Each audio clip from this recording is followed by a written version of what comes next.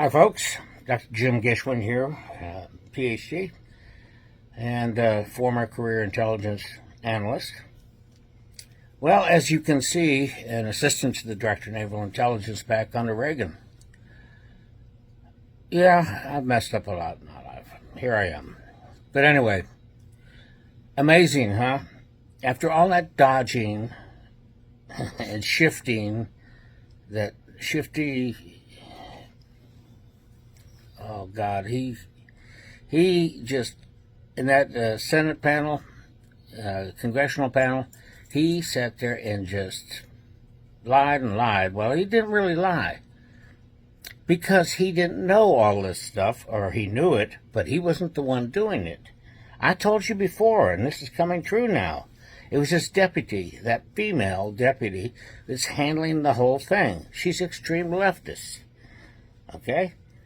So he can sit there and wash his hands of the whole thing like he tried to do yesterday, okay, in that panel. Oh, boy. I tell you, and to sit there and prove that they're bipartisan, guess what? They indicted a Democrat congressman because his wife was taking bribes. There was 480-something thousand unaccounted for money or something like that. I don't care if he did it or not, but look at the coincidence again. He's sitting there telling those senators left and right that that the Justice Department is bipartisan and it doesn't take sides. And the day after he sits there and does his testimony, they sit there just to sit there and show you that they're going to charge a Democrat. Okay? I don't care if he's guilty or not. But look at the coincidence. Okay? So the guy had a few $100,000 unaccounted for. You're going to have to sit there and go after a lot of senators and a lot of congressmen, okay, that have done insider-type trading and taken bribes, probably. Of course, half the Senate and half the Congress completely have investments in China. Why do you think they're so afraid of China? Besides the fact that China owns about half of our national debt, okay? Sit there and reduce our payments, all we have to do is sit there and say, okay, we're nationalizing that debt. China's our enemy, so we're not going to pay them anything. We shouldn't be anyway, okay? But if we made the bargain and we have to pay the interest, I think we should. After World War II, on the Lend-Lease stuff, believe it or not, the Soviets were the only ones that paid back the United States in gold. Britain didn't. France didn't. All that money we loaned them for armament and stuff like that, the North Atlantic convoys, nope. Okay, but Russia did. I'm not defending them. Okay, Putin's a nasty person, but they at least paid their obligations. This is getting real. Okay? I encourage you all to watch the new Denise D'Souza thing coming out the end of October about the progressives and what they're doing. They're actually destroying our country on purpose. Remember when Obama said that we need to be equal to the other people. We can't be superior to them. We can't have exceptionalism. Okay. Now, the communists, who are the progressives, Marxists, know that with a strong middle class, they cannot sit there and pit the poor against the rich, because we have a middle class. We have that free enterprise thing where there's stepping stones for you to sit there and go from upper lower class to lower middle class to upper middle and lower upper. Okay? We have stepping stones. That's why so many people see the American dream. Okay? My trouble is, I'm worried about our current students. They've been texting each other so much. How can they sit up and convince someone of an argument? How can they debate? They can't. I'm trying in class to do it. I take this thing in there and I make them do a little blog. I'm sorry, folks. I'm losing faith with our youngsters. I teach high school, Christian high school. I'm telling you, college prep, maybe the parents think they're college prep. These kids, none of them, I think, want to go to college. One or two out of every class, maybe, have a plan. And I always encourage them, make a plan and then make a plan B. You're going to fail and succeed in life. It's like a roller coaster.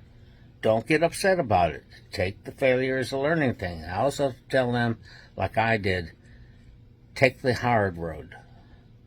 Because you feel more fulfilled if you succeed taking a harder road. I've always done that. And I feel fulfilled at my age. I've accomplished a lot in my 74 almost tender years. Anyway,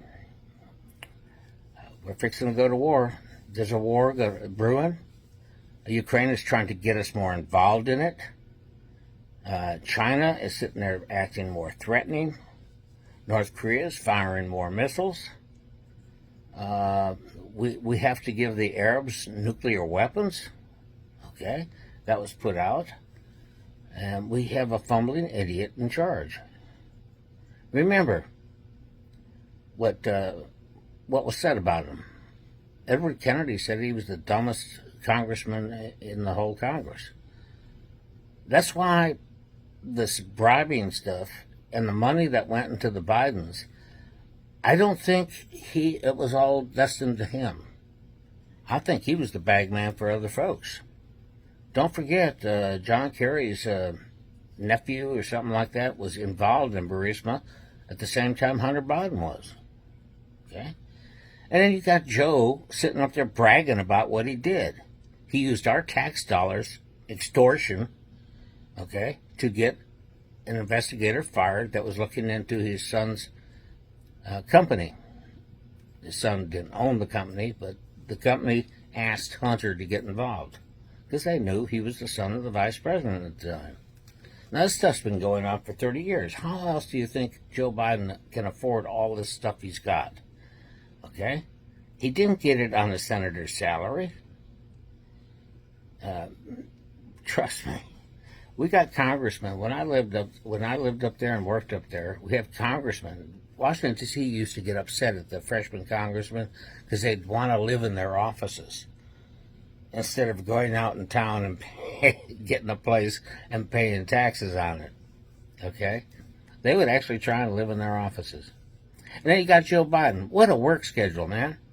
What a work schedule.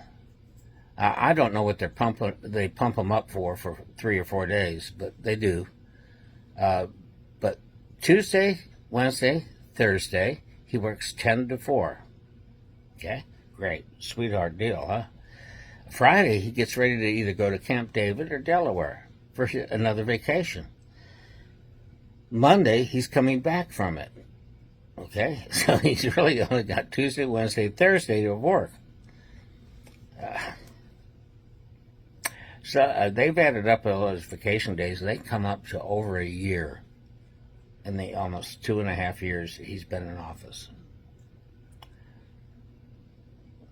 You're the taxpayer. Do something about it.